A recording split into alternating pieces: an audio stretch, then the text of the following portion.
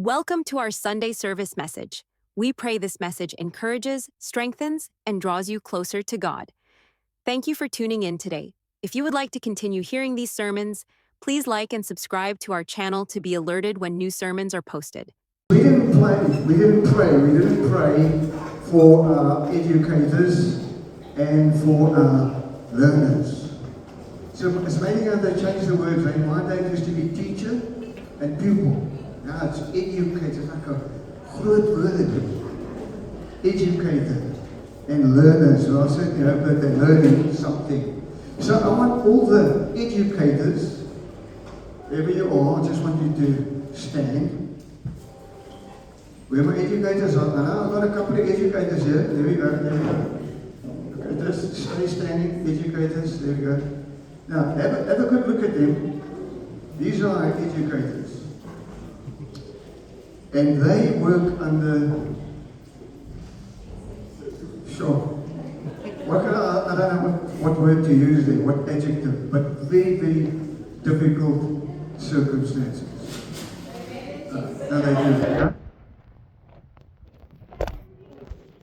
Challenging, I don't even agree with it, but it's more than challenging. I can assure you, it's much more than challenging.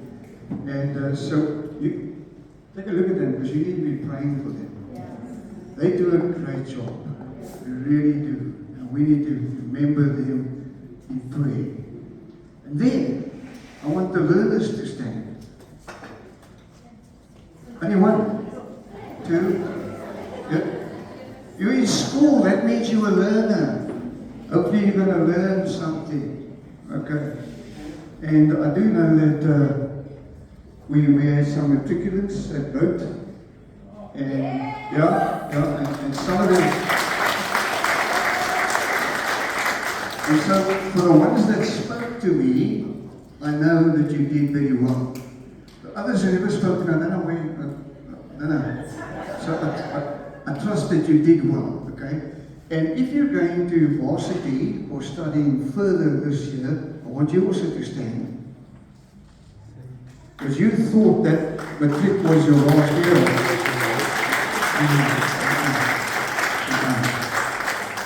And so you think school was difficult. Varsity is another world altogether. You're going to experience things that you didn't experience when you were in school. And you're going to be challenged with different worldviews on the campus. And so we're going to pray for you because you need to be strengthened in terms wherever you are. And so I'm going to ask the rest of the congregation just to bow your heads and close your eyes with me as I pray a prayer for these educators and learners. Father, we just thank you again for your goodness towards us. I want to thank you for our educators and for our learners. Thank you that you have brought them thus far. Thank you that you have had your hand of protection and provision over them. Now, Lord, we pray that you would extend your hand to all our educators, Lord. And Father, I want to pray that you would plant a hedge of protection around them, Lord. We know that they work under trying circumstances. So God, we're not even praying that you change the circumstances, but that you change their attitude towards their learners. Their attitude towards the environment that they find themselves in. No matter how violent that environment might be. Lord, I pray that you would protect them, keep them safe. May they carry out their task with the best of their abilities. Pray for our learners, Lord, as they've already started school, but Father, I pray that you would be with them, that you would give them clarity of mind. And Lord, as they learn new things, they would be able to absorb it and remember it at the appropriate times. And so God, I pray for your protection of our educators and our learners. Be with them throughout this year, we pray. And Lord, we look forward to the end of the year to favorable results for all of our learners. We bless you, we honor you in Jesus' name. And all God's people said, Amen. Amen. Now the kids can go. Here we go.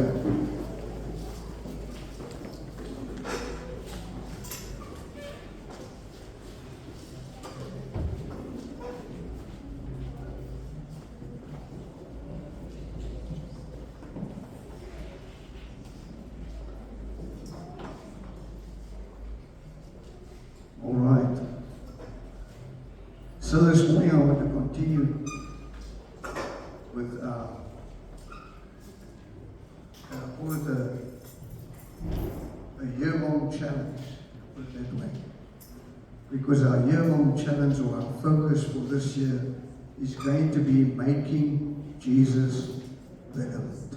That's our focus for this year. That's what we want to achieve this year as a church and also as individuals. We want to be able to make Jesus relevant.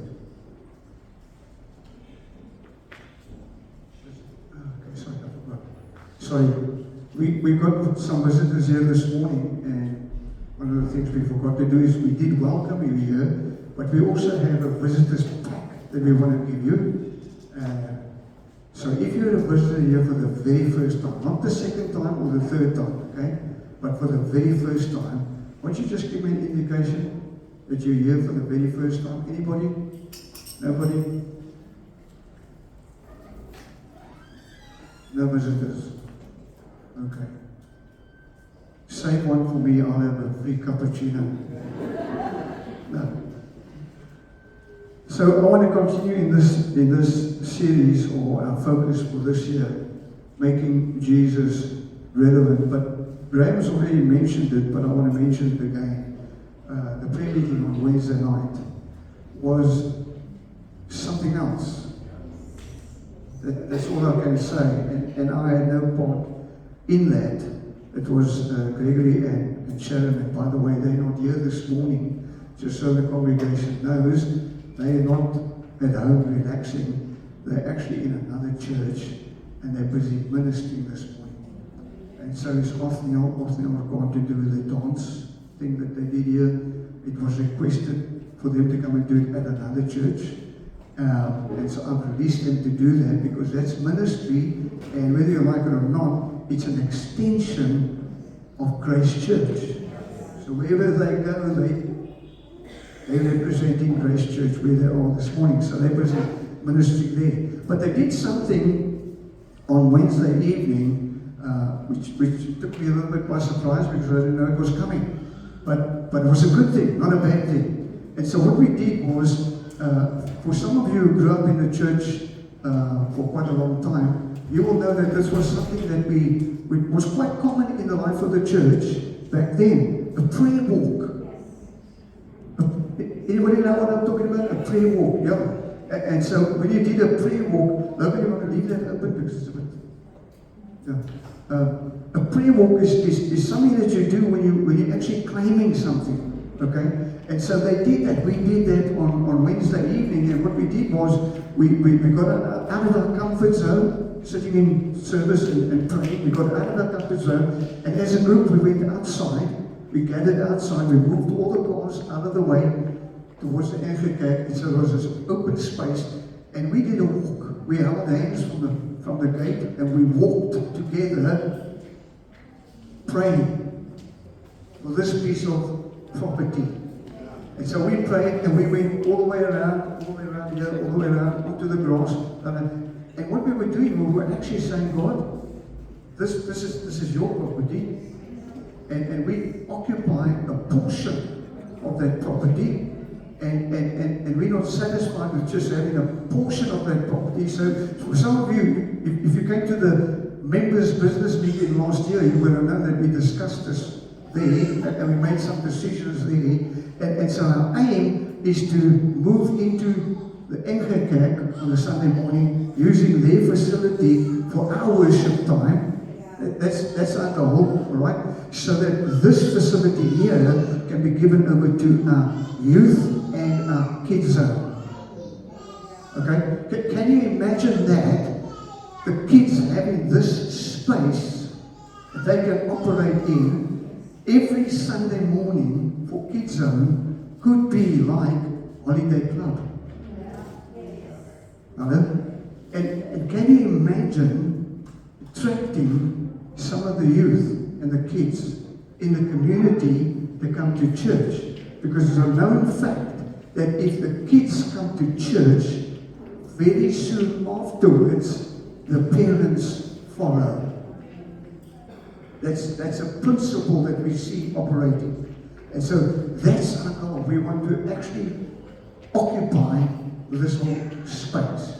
We already occupy a large amount of the space. We have this area, and during the week we also run the ECD, which is the creche kind of thing that they run here. So we occupy every single day.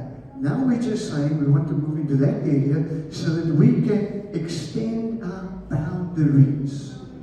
Because you might not know this, if you've come into this church as a member, you would have had a session with me where I speak about vision. And part of the vision of this church is actually to acquire this facility altogether. So that's our end goal. Our end goal is not just to be in the hall, not just to run the ECD. Our end goal is to acquire the church as well. I'm speaking softly because I don't want the Dominic to hear me. So we've already put things into place. Now you do know there's another church occupying there on a Sunday morning. But they're not my responsibility. This is my responsibility. And so we've asked the NGCAP if they wouldn't consider giving us the use of their church instead of another church. Because it's already quite challenging, I'll put it that way, challenging for us to be a church, the NGCAP to be a church, and then to have another church come onto the premises. So our end goal is actually to acquire this whole area. And we want to do that because we want that to be a witness in this community, that our God is a great God.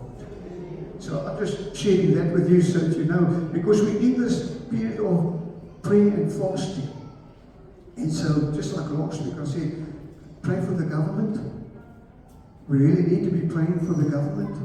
We need to be praying for our leaders. And the other thing I want you to pray about is the acquisition of this piece of property. That's what I want you to pray about. Now, I did chat to the Dominic during the week, and they're having their meeting on the 10th of February. I don't know why it takes so long. There's only about 5 of them there, but anyway.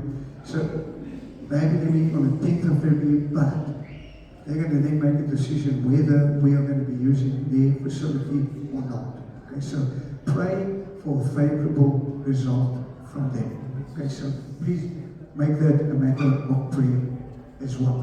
So this morning I want to continue in this series, but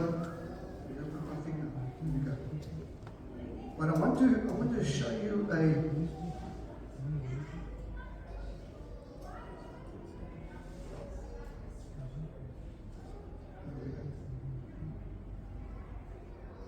There we go. Can you see that? Do you recognize that, Rory? Okay. So this is a picture that Rory sent me after last Sunday's service. And it's a picture, I think the artist is a sculptor, eh? His name is Thomas, I got it here, I wrote it down. His name is, Timothy Schmaltz. Timothy Schmaltz, he's a Canadian artist. And this is a sculpture that he made. And you can see the body lying on the bench. His face is covered, so you can't see the face. Okay? And then at the bottom you can see his feet.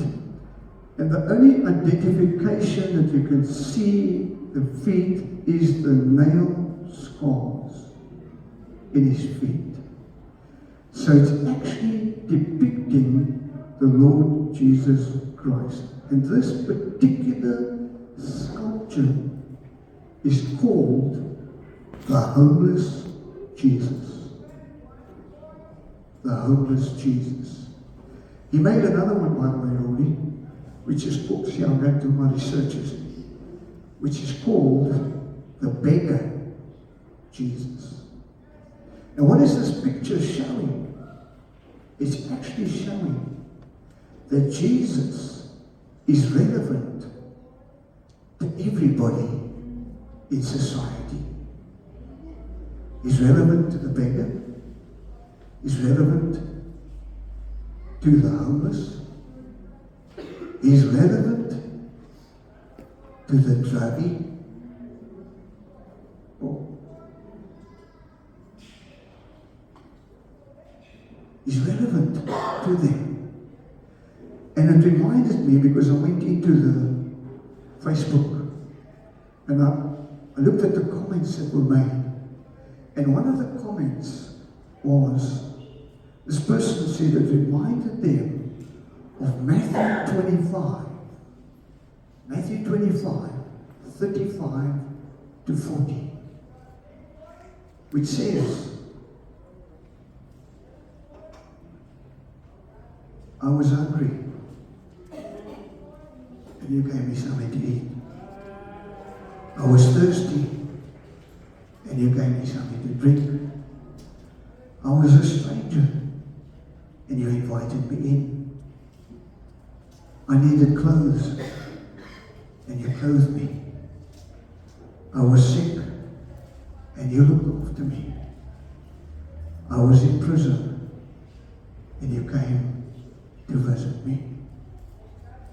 You see, Jesus is relevant to every person because he can identify with every person.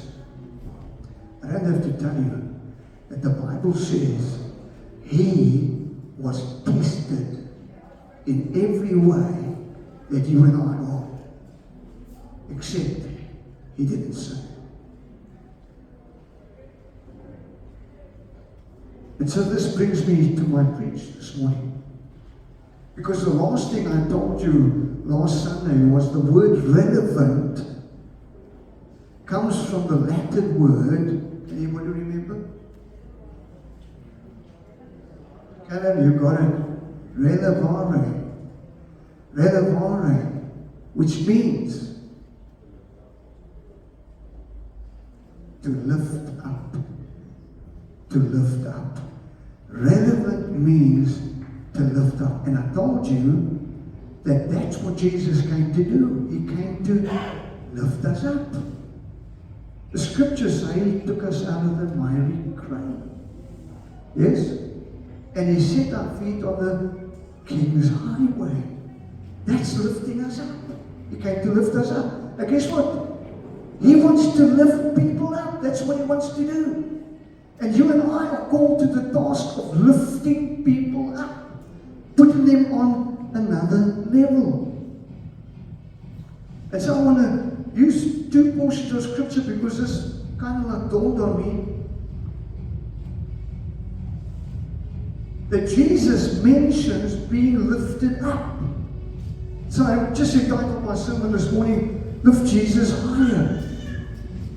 Lift Jesus higher. And it kind of like reminds me of a song that we sang many, many years ago when I was still a teenager. And you're going to put me back or not. I was a teenager at one time. When we used to sing, Lift Jesus higher, lift Jesus higher, lift him up for the world to see. He said, if I be lifted up from the earth, I will draw all men unto me. All together now. Lift.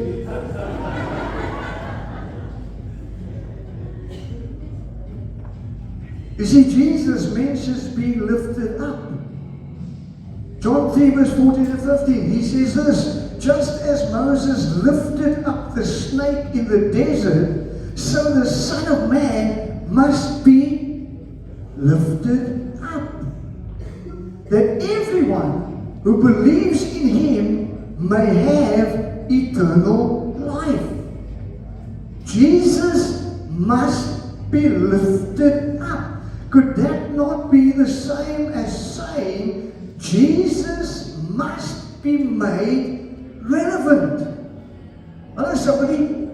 I hope the penny's going to drop this morning. And then there's another verse of scripture. A little bit later on, Jesus is speaking and he says, but when I am lifted up from the earth, will draw all men to myself. And then John clarifies it and he says, he said this to show the kind of death he was going to die. Jesus needs to be lifted up. He needs to be made relevant.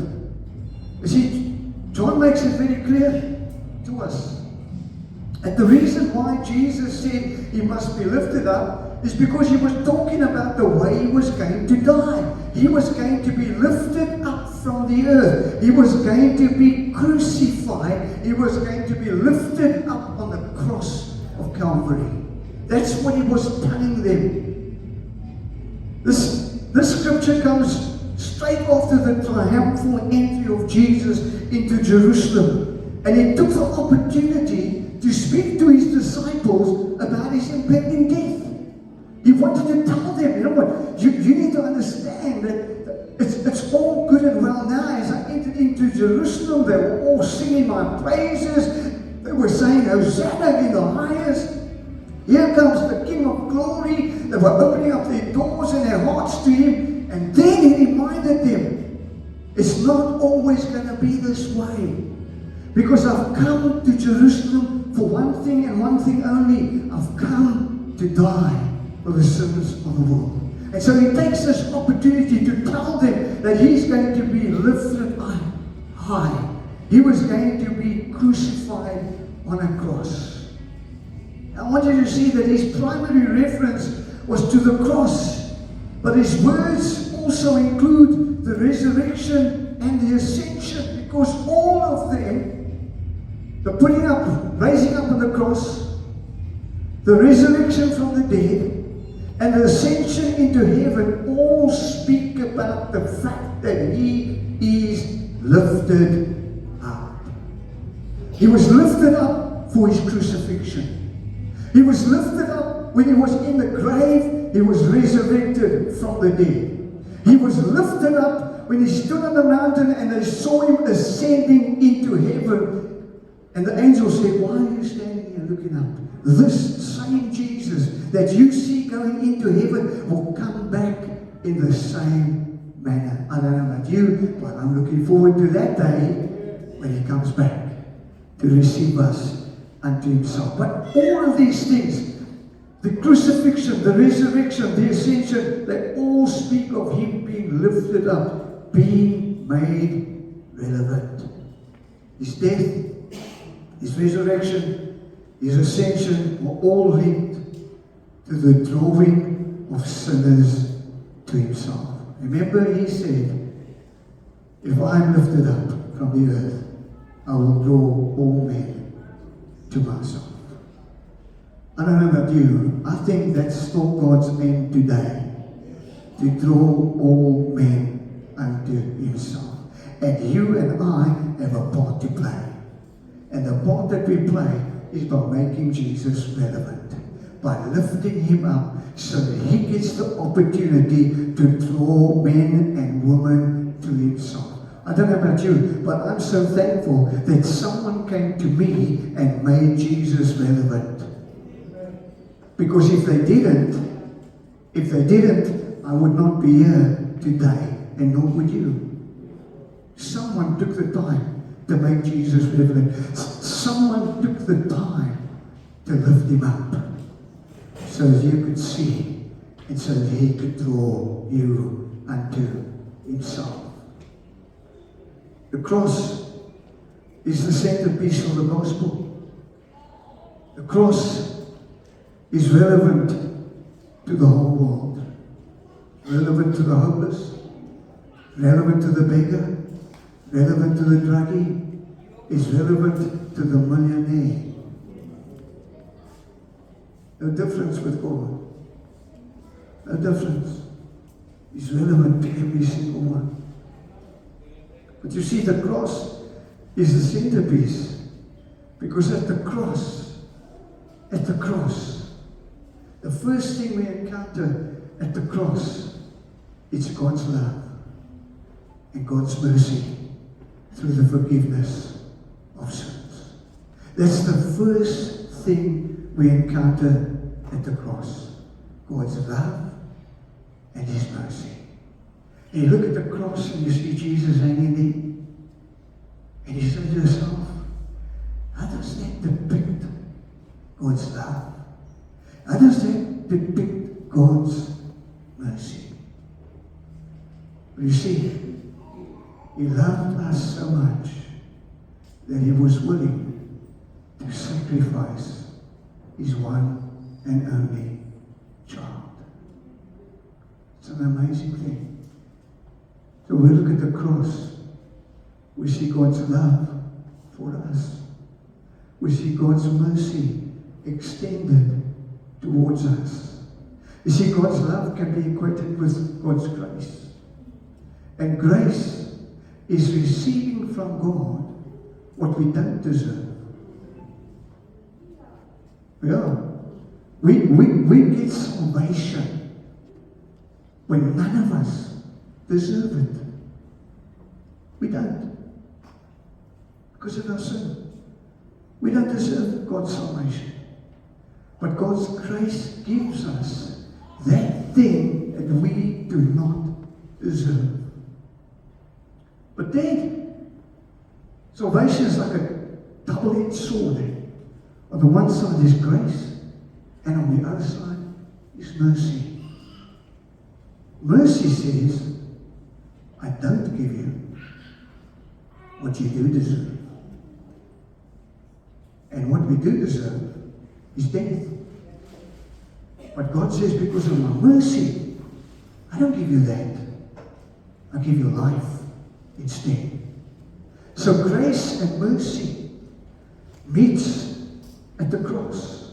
Isn't it interesting that in John chapter 19 and verse 34, if you take your notes, John chapter 19 and verse 34, it says that Jesus was crucified with two guys, one on either side of him.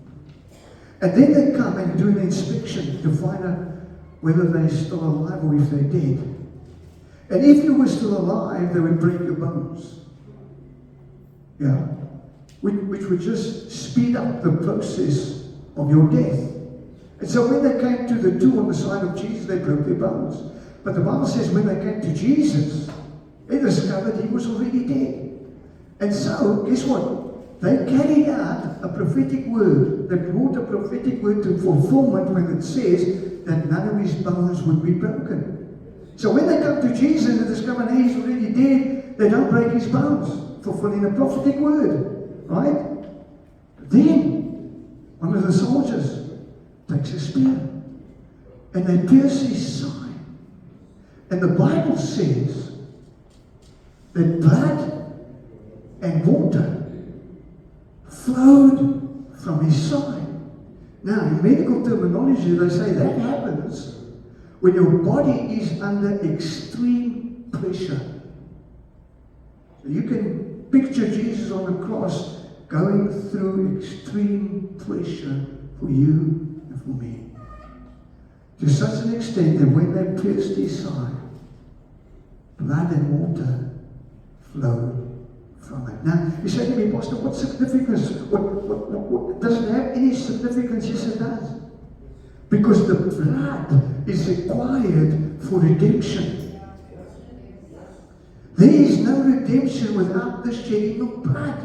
We know that from the Old Testament. And it had to be a perfect lamb without blemish. Jesus became that perfect lamb without blemish. And He shed His blood. It flowed from His side for your redemption and mine.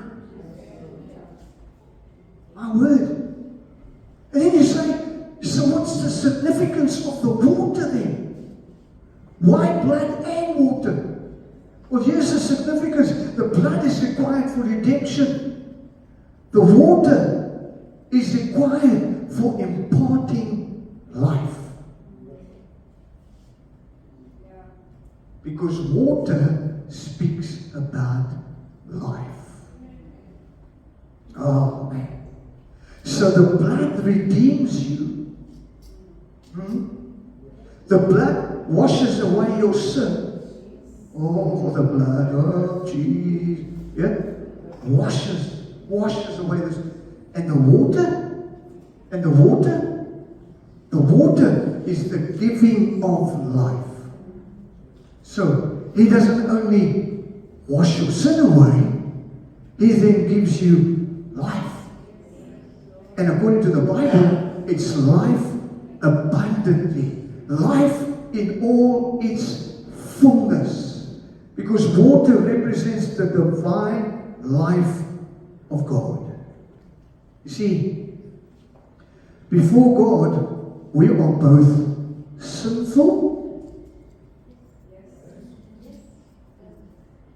and we're also dead. When you were dead in your trespasses and sin, Jesus died for you. Wash away your sin with His blood, and then give you the water of life. Remember these words of Jesus. The water I give you, if you drink from the water I give you, you will never thirst again. Because out of your innermost being will flow what? Rivers. Not a sprinkling. No. Rivers of, say it again, rivers of living water. Living water. So He just doesn't wash away our sin. This is a complete Savior. This is a complete Savior. He doesn't get better than this. I mean, He washes away your sin and then He gives you life. Ah, man. Second thing I want you to see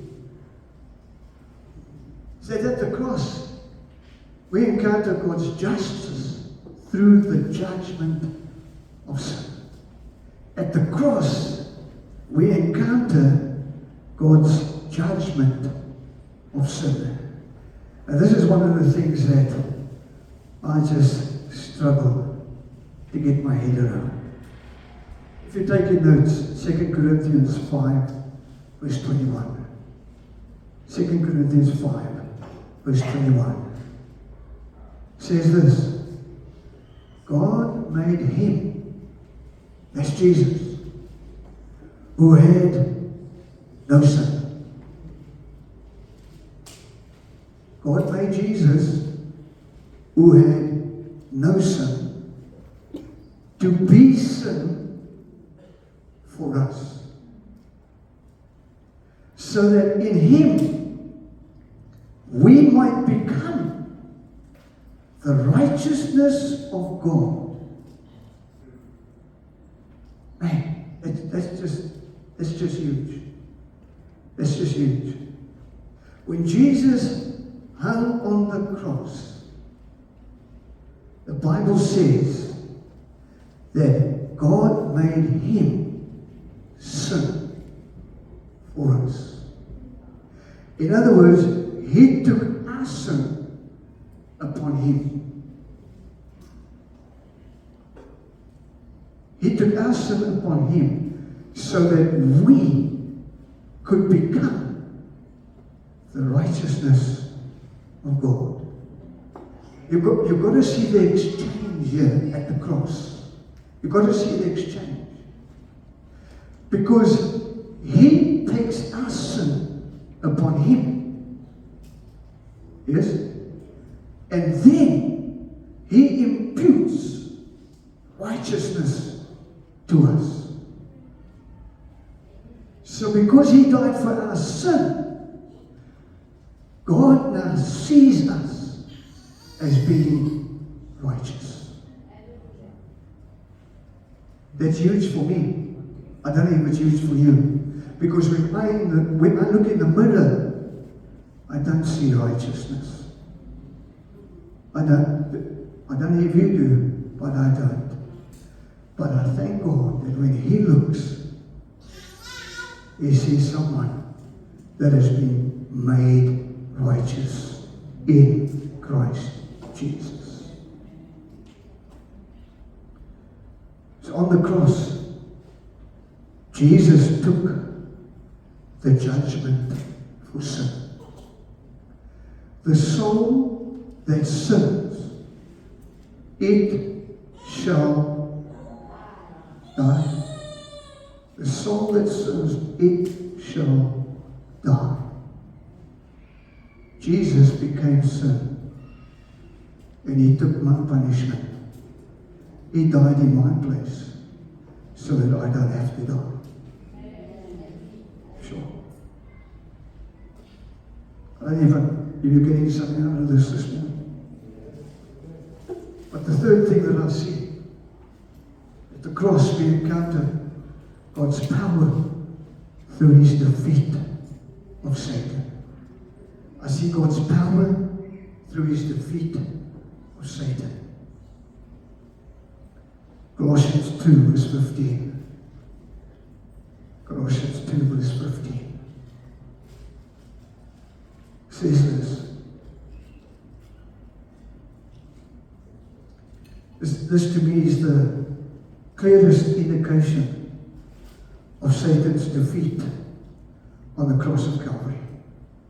Clearest indication. Colossians 2 verse 15.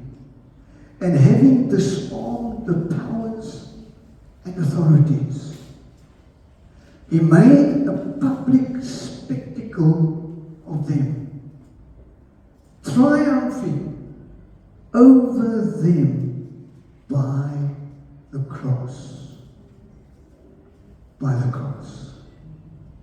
You see, they thought they were making a spectacle of Him. As He hung on that cross, the devil must have been rejoicing, thinking, I'm making a spectacle of this fellow that calls himself the Son of God. He knew He was the Son of God. I'm going to make a spectacle of Him. I'm going to hang Him up. I'm going to lift Him up and everybody can see what a spectacle, what a fool this guy is. But the Bible says Jesus literally turned the tables on Him. Turned the tables. He disarmed Him. He didn't realize that by shedding His blood, Jesus was redeeming a whole nation of people. Didn't realize that. And so the Bible says He disarmed the powers and authority. Man, the devil should have listened a little bit more closely when Jesus was talking. Because remember, He said, you have no power or authority over me. No man takes my life from me. Instead, I lay my life. What was He saying? You think you've got power and authority over me? You don't. I've got power and authority over you. See, so at the cross, He disarmed them. Whatever weapon they had to use against Him, He took it away. He took it away. He disarmed their powers and authorities, and He made a public spectacle of them, triumphing over them by the cross.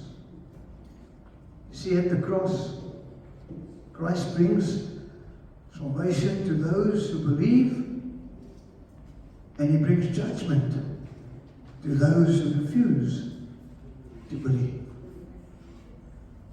In God's wisdom and in God's holiness, the cross opens the only way to the Father for sinners. You cannot come to the Father except through the cross of Jesus. He said it himself, no man comes to the Father except through me. It doesn't matter, you can try all kinds of shortcuts, you can go around the bush, you can try this way, that way. If you do not come to God through Jesus, you can never get to Him. That's the bottom line. And the cross proves that. You see, earlier in John's Gospel, Jesus said, just as Moses lifted up the snake in the desert, so the Son of Man must be lifted up, so that everyone who believes in Him may have eternal life. That's the reason why Jesus went to the cross. He wants everyone to have eternal life. And yet, people still think that if I give my life to Jesus, I'm going to give up so much stuff. I don't know, my experience has been, stuff give me up. I don't have to give them up. They give me up. You see, the bronze snake raised up in the desert became a prophetic symbol of Jesus' crucifixion. As the serpent on Moses' staff was raised up to offer deliverance and healing, so too will Jesus eventually be lifted up on a cross to offer eternal life to everyone. The snake was elevated so that all of Israel could see it and receive the healing. Likewise, Jesus was lifted up on the cross so that all might see Him and be drawn to Him for salvation. But here's the bottom line, and here's the challenge. You and I were called to lift Jesus up. That's what we're called to do. We're called to lift Him up. We're called to make Him relevant to people's lives. And as you heard last week, it's about speaking about what we have seen and what we have heard.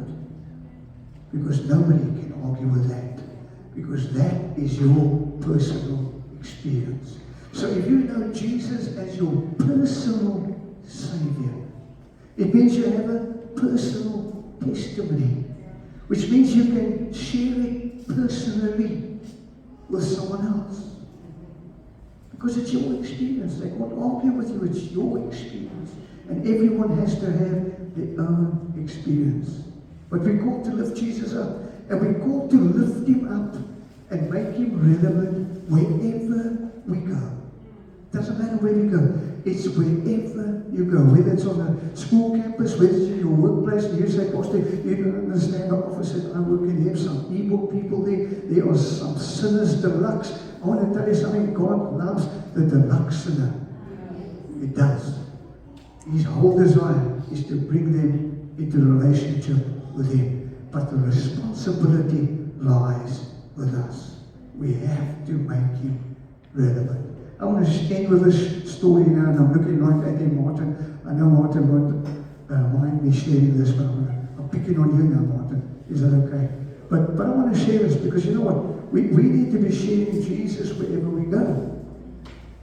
And I shared this story once before in the prayer meeting because it has so gripped me, and Martin's life has actually been a revelation. And I'll tell you why. So the first time I met Martin, and he can clarify this with me. The first time I met Martin, and some of you are going to be shocked now, but it's okay, you can stone me afterwards, okay? But the first time I met Martin was in a bar.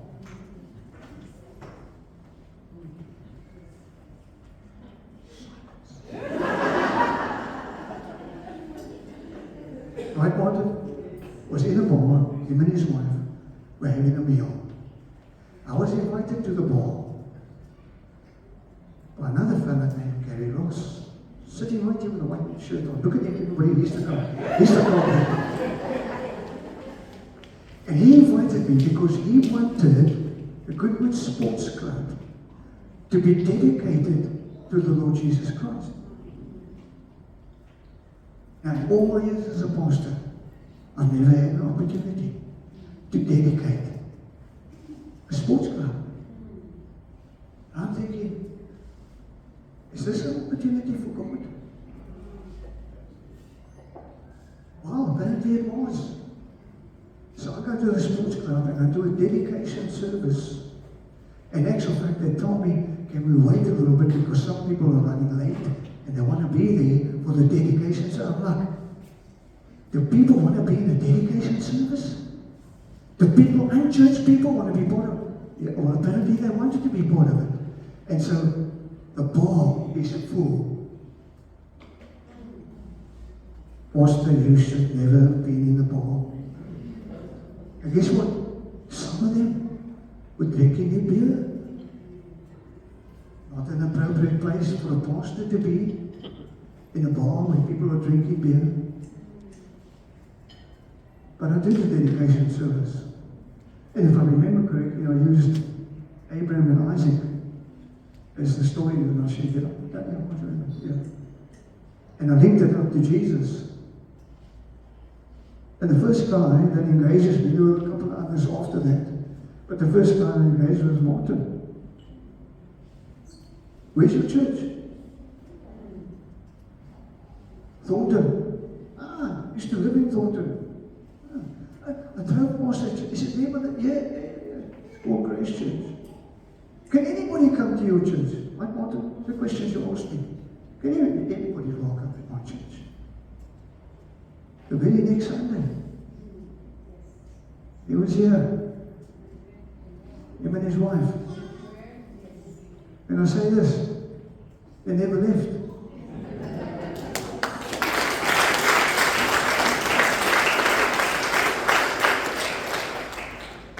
You see, you never know what God's going to do. You can be talking to the biggest druggie out. Because it's not about you. It's not about me. It's all about Him. What was I doing when I went there? Dedication service.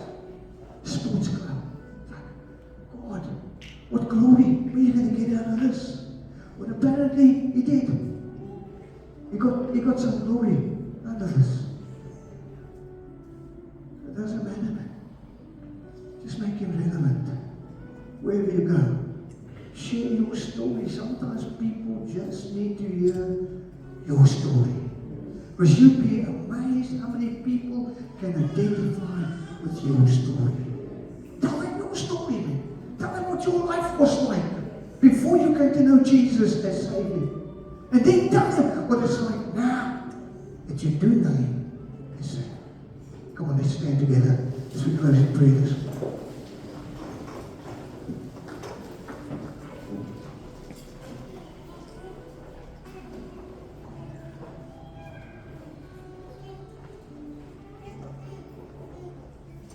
Let's just bow our heads and close our eyes for a moment. I just want to give someone an opportunity this morning. Maybe you've come into our service. Maybe you've even been here for a while. Seen how we do things. Heard the ministry of the Word. Maybe you've never made a commitment to Christ. Maybe you don't know Jesus as your personal Savior. You heard about the cross this morning. And the cross changes everything. Through the shed blood on the cross, you can have redemption. Your sins can be washed away. But not only can your sins be washed away, you can be given new life. It's called the Zoe life of God.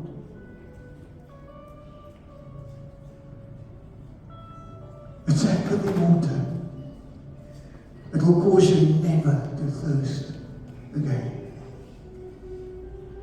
And this morning you say, Pastor, you know that's me. I've never asked Jesus to come into my life. I've never had my sins washed away. I've never received the life of God. Well, it can be yours this morning. And right there where you're standing, without any celebration or anything, Just in your own way, declare to God, God, I realize that I'm a sinner and I'm in need of a Savior. And this morning I want to receive Jesus as my Savior. I'm sorry for my sin. Forgive me, Lord. I receive Jesus as my Savior. You just pray a simple prayer like that. I'll tell you something miraculous can take place in your life. Just there where you're standing. Just there where you're standing. You can be born again. You come to know Jesus as your personal Savior and come into a relationship with Him. But this morning I know that many of you believers love the Lord.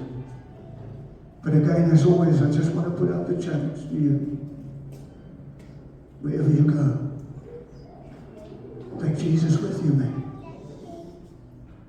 Take Him with you. Don't be ashamed. Don't be ashamed about speaking about what you have seen and what you have heard. Become life-giving water to someone else. Even during this week, wherever you find yourself, ask God to give you an opportunity just to speak about Him. The greatest love of your life. Why wouldn't you speak about Him?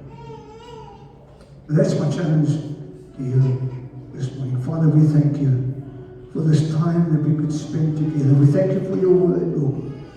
We thank you, more importantly, for the cross of Calvary. Thank you, Lord, that Jesus, you purchased our salvation at the cross. And you gave us new life. Life more abundantly. Life in all its fullness. Lord, I pray that you would cause us to carry that message with us wherever we go. Now, Lord, I pray that you brought us with your blessing. May the love of God our Father, the grace of our Lord Jesus Christ, and the fellowship of the Holy Spirit be our portion. In Jesus' name. And all God's people say, Amen. Amen. You blessed this morning?